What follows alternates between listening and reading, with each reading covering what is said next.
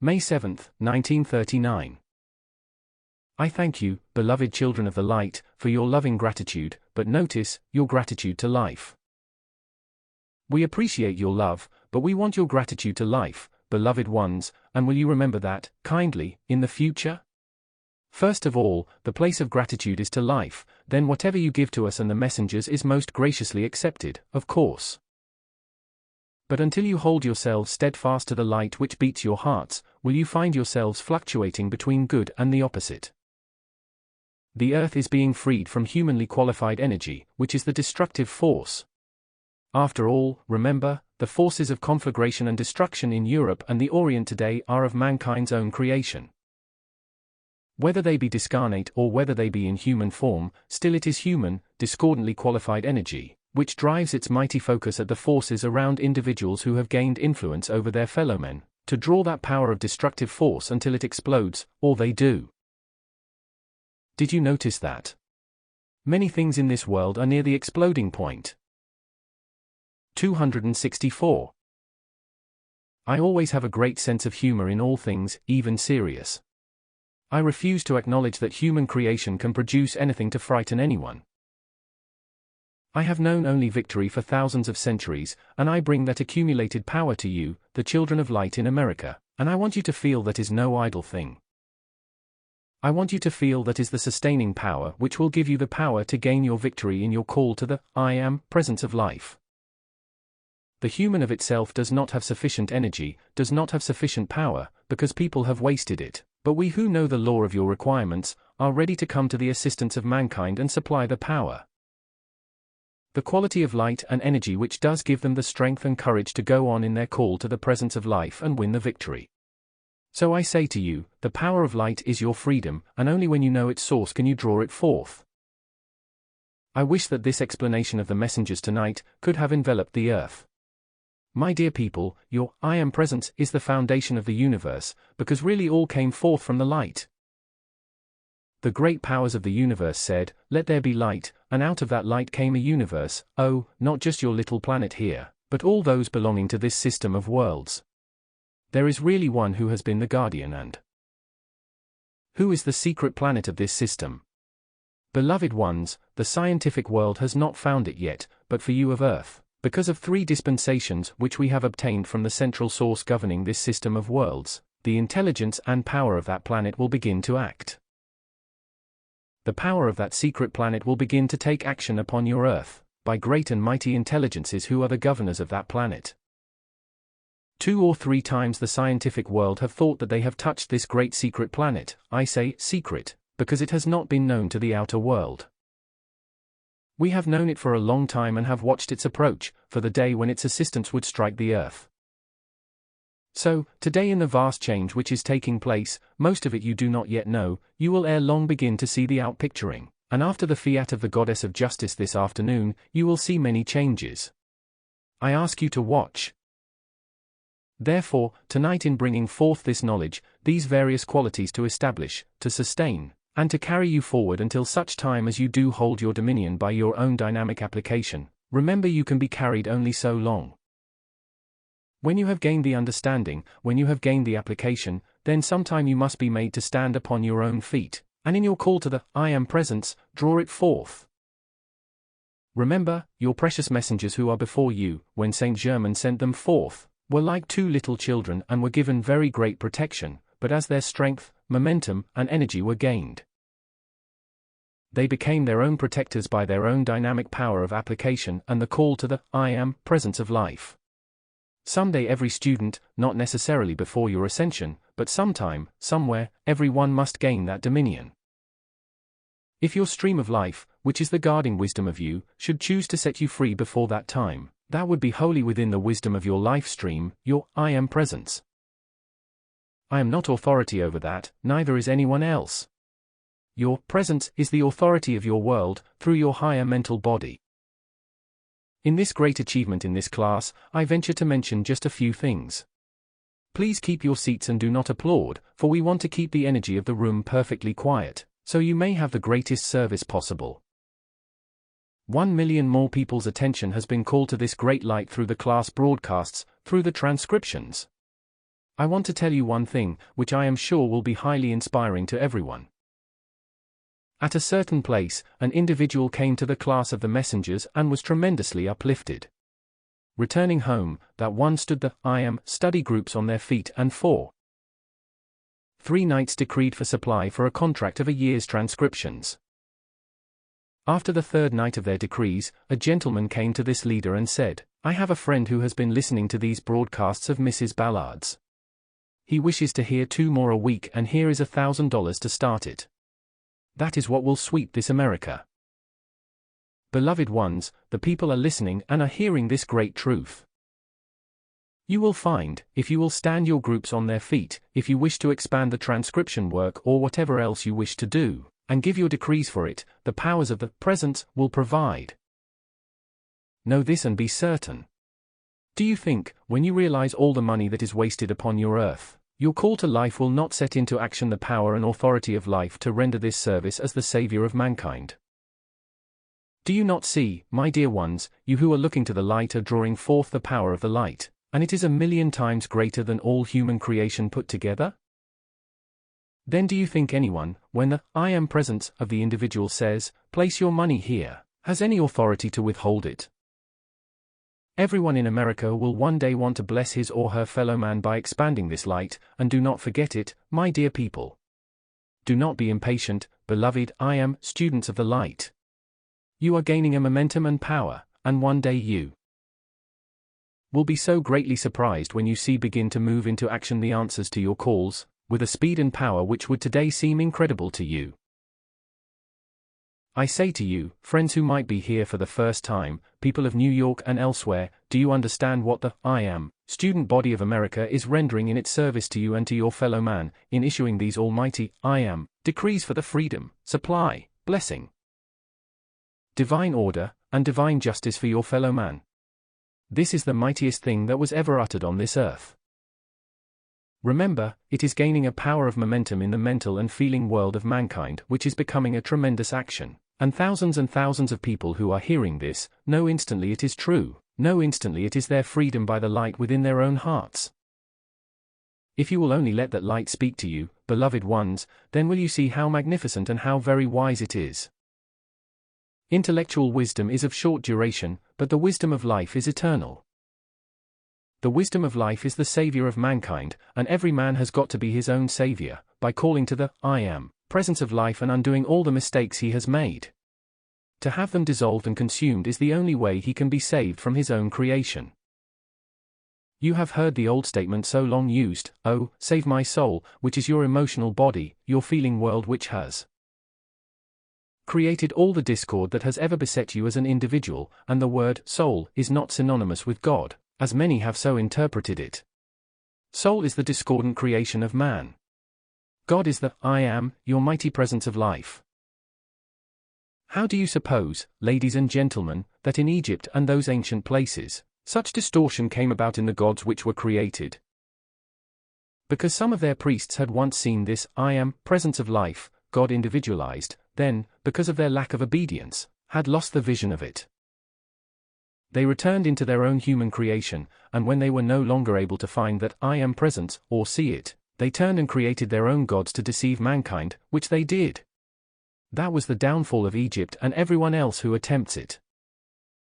So I say to you, beloved students, never pretend to be what you are not. You have observed, my beloved students, the conditions which have been among you, where individuals swearing loyalty to this light and to the messengers, so quickly turned aside and hated them. Never swear your loyalty to the light and the messengers until you are sure of yourself, because if you do, one day you have got to fulfill it, and you may have to fulfill it under the most tragic circumstances. When you swear something to life, remember you will fulfill it. Therefore, in this day, the great dissolving process is taking place in the world of mankind, in all conditions whatsoever that exist. Remember, when you have a building in your city which has become out of date, in fulfilling and supplying the requirements for something better, you tear it down and rebuild it. The process of rebuilding the perfection of life through the human could be painless, if people would so have it, but if they will not have it, then it might become very painful. Remember, my dear people, life has given you ages, has given you century upon century in which to make up your minds, but now you are coming down to the point where you are going to have to make up your minds, whether you will serve the light or the shadows. Make a note of it, if you like, and the date I speak these words tonight, if you want to verify it. We do not tell you anything which will not be verified, and remember that. You will find we, who are wholly free beings, know exactly what we say. We know the truth of every word, and therefore, my dear people, don't pile upon yourselves more destructive forces by denying that I am giving this dictation. Do not deny that I am the being I say I am, and do not say it is the messenger making up these words. Mankind is going to stop that kind of thing. We are exactly what we say we are, and the messenger is but voicing my words to you, and if you think we cannot fulfill what we bring to your attention, then you are greatly mistaken. I came here to bless your earth, and I shall do it. Sanat Kumara, who 4.5 million years ago came from Venus, is the guardian of your people and their savior. Why do you suppose all this is coming about? By his decree. How do you suppose your beloved Saint Germain was raised up, given the ascension, and made the Lord of the seventh ray? By your beloved Sanat Kumara, the authority for this entire earth, and everyone to whose attention you have been drawn, is under his great authority. I am the leader of the second group which has come from Venus to assist the earth. I charge you, don't one of you go forth from this room and say that is not true. If you do, I will follow you up and prove it to you. I mean that. This doubt, unbelief, and falsehood of mankind, I tell you, shall cease. Beloved ones, remember, it is the only way mankind can have their freedom. Mankind have got to be honest with each other, honest with life, and stop their everlasting doubt, criticism, and condemnation of that which they do not understand. We are really the guardians of mankind, so I warn you from this day henceforth, do not let anybody go forth and say that I am not what I say I am. This thing is going down in mankind. It has got to do it, for them to be spared. Let me tell you something, you blessed ones who are here tonight, I leave you free to believe this or not. There are 3 million people in America today who know of this I am activity, and out of that 3 million, 2,500,000 know it is real. Now then, what does one human opinion amount to, in comparison to the great volume of intelligence which is acting upon this earth? They know it is true, and are making their calls to life to render this service, in the silence of their own homes and offices. You would be surprised, blessed people, to understand and see your great businessmen in America who have been listening to these class broadcasts and the transcriptions, and once they touch it, continue to see and remain to admire. This man I told you of, who was listening to the transcriptions, is only one of the influential men and women of America. So do not be ashamed to come to the classes of the messengers. One day, you would seek throughout the earth to get there. Remember, these messengers, as one has told you, have battled with the unbelief of mankind, and have taken their scathing, false condemnation for the last time. Remember, my dear people, that we shall be the guardians of the future. They shall not be subject to any more of it. Therefore, as they go forward, and you who are so loyal and wonderful, remember. Your love, your gratitude become the almighty guarding presence of your beloved messengers, who give their all and ask nothing for themselves. Remember what friends you have. Therefore, we rejoice to see the shell of New York broken. This I am activity will expand, and all falsehood in New York concerning this mighty light shall cease to be. Dear people, when individuals are willing to give their life for their fellow man, it is the greatest gift in life. These messengers who for 5 years have been giving their life to you, to America and the world, asking not a dime, asking not one single thing for themselves. Not even asking us to sustain them in health or supply, they have depended upon their own application and call to the I am presence of life for their health, their strength, their limitless energy, and the power which they wield today. So I say to you, be kind enough to yourselves to speak well of this I am activity. Remember the opportunity which is before you. This law of life is before you. You have heard the messengers say this a number of times, but I say to you, instead of handing it to you on a golden platter, a free gift of life, it is a jeweled container which hands to you the freedom of life. I once invited the beloved students into my garden. Do you think that means just a place of beautiful shrubbery?